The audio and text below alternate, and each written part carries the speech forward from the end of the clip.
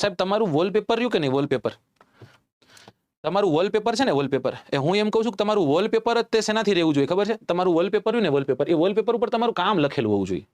મને નથી ખબર કે તમને આ મારું વોલપેપર દેખાય છે કે નથી દેખાતું, પણ અહીંયાથી હું જોઉં, જો કદાચ મને ડિસ્પ્લેમાં દેખાઈ જતું હોય તો, રાઈટ? આવી રીતના તમારું વોલપેપર છે, આ મારું વોલપેપર છે. સાહેબ તમારું કામ, અઠવાડિયાનું જે કામ છે વોલપેપરમાં નાખી દો ને.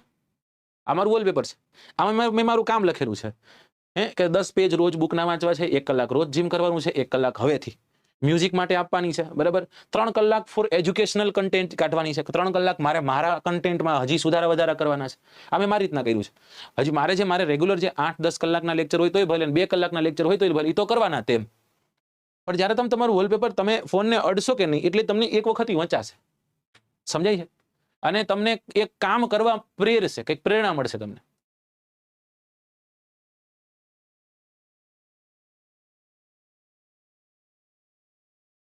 એ બંધ નથી, વોલપેપર જ એ રીતનું છે.